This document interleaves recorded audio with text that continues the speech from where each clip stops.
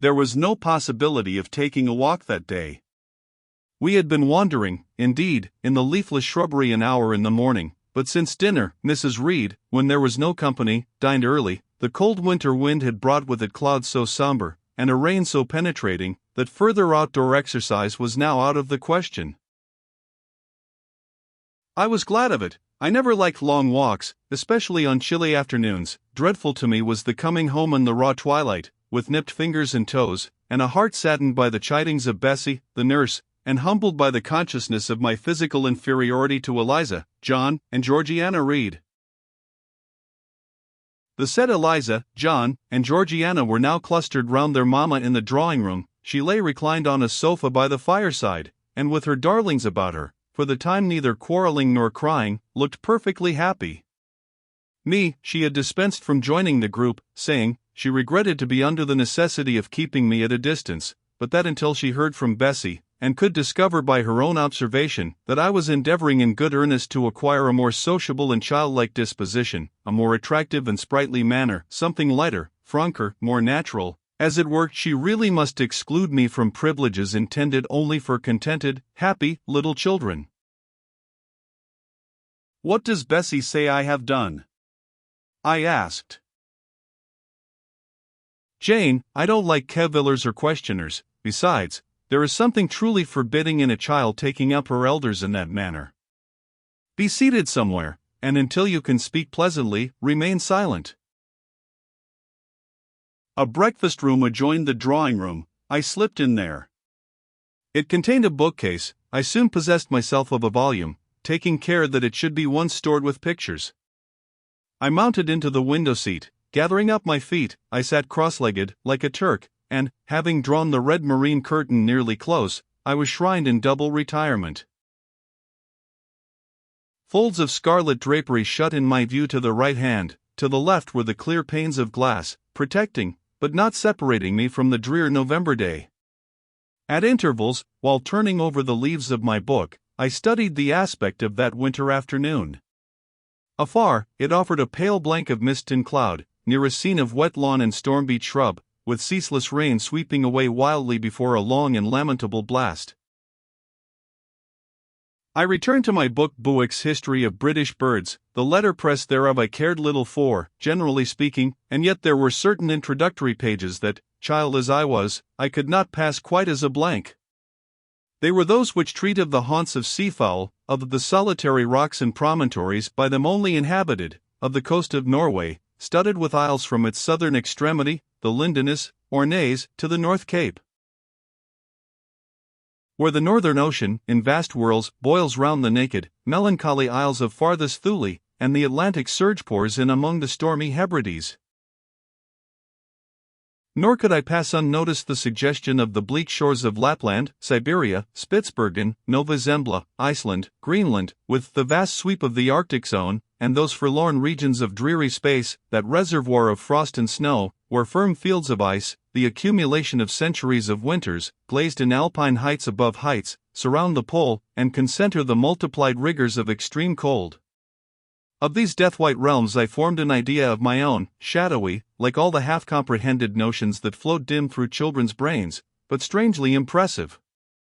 The words in these introductory pages connected themselves with the succeeding vignettes, and gave significance to the rock standing up alone in a sea of billow and spray, to the broken boat stranded on a desolate coast, to the cold and ghastly moon glancing through bars of cloud at a wreck just sinking. I cannot tell what sentiment haunted the quite solitary churchyard, with its inscribed headstone, its gate, its 2 trees, its low horizon, girdled by a broken wall, and its newly risen crescent, attesting the hour of eventide. The 2 ships becalmed on a torpid sea, I believe to be marine phantoms. The fiend pinning down the thief's pack behind him, I passed over quickly. It was an object of terror. So was the black horned thing seated aloof on a rock, surveying a distant crowd surrounding a gallows.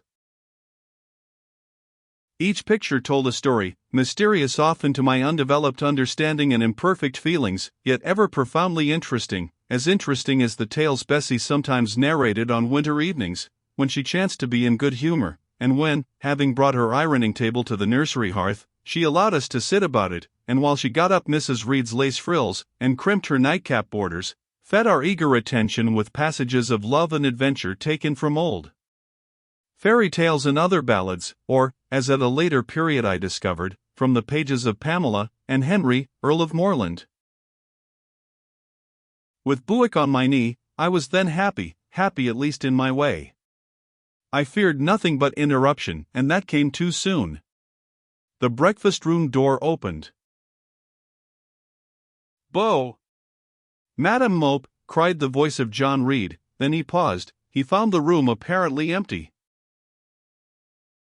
"Where the dickens is she?" he continued. "Lizzie." "Georgie." Calling to his sisters, "Joan is not here. Tell Mama she is run out into the rain, bad animal." It is well I drew the curtain, thought I, and I wished fervently he might not discover my hiding place, nor would John Reed have found it out himself. He was not quick either of vision or conception, but Eliza just put her head in at the door, and said at once, "She is in the window seat, to be sure, Jack." And I came out immediately, for I trembled at the idea of being dragged forth by the said Jack. "What do you want?" I asked, with awkward diffidence. "Say, what do you want, Master Reed?" was the answer. "I want you to come here," and seating himself in an armchair, he intimated by a gesture that I was to approach and stand before him. John Reed was a schoolboy of 14 years old, 4 years older than I, for I was but 10, large and stout for his age, with a dingy and unwholesome skin, thick lineaments and a spacious visage, heavy limbs and large extremities. He gorged himself habitually at table, which made him bilious, and gave him a dim and bleared eye and flabby cheeks. He ought now to have been at school, but his mamma had taken him home for a month or two, on account of his delicate health. Mr. Miles, the master, affirmed that he would do very well if he had fewer cakes and sweetmeats sent him from home, but the mother's heart turned from an opinion so harsh, and inclined rather to the more refined idea that John's sallowness was owing to over-application and, perhaps, to pining after home. John had not much affection for his mother and sisters, and an antipathy to me. He bullied and punished me, not 2 or 3 times in the week, nor once or twice in the day, but continually. Every nerve I had feared him, and every morsel of flesh in my bones shrank when he came near. There were moments when I was bewildered by the terror he inspired, because I had no appeal whatever against either his menaces or his inflictions. The servants did not like to offend their young master by taking my part against him, and Mrs. Reed was blind and deaf on the subject. She never saw him strike or heard him abuse me, though he did both now and then in her very presence, more frequently, however, behind her back. Habitually obedient to John, I came up to his chair. He spent some 3 minutes in thrusting out his tongue at me as far as he could without damaging the roots. I knew he would soon strike, and while dreading the blow, I mused on the disgusting and ugly appearance of him who would presently deal it. I wonder if he read that notion in my face, for, all at once, without speaking, he struck suddenly and strongly. I tottered, and on regaining my equilibrium retired back a step or 2 from his chair.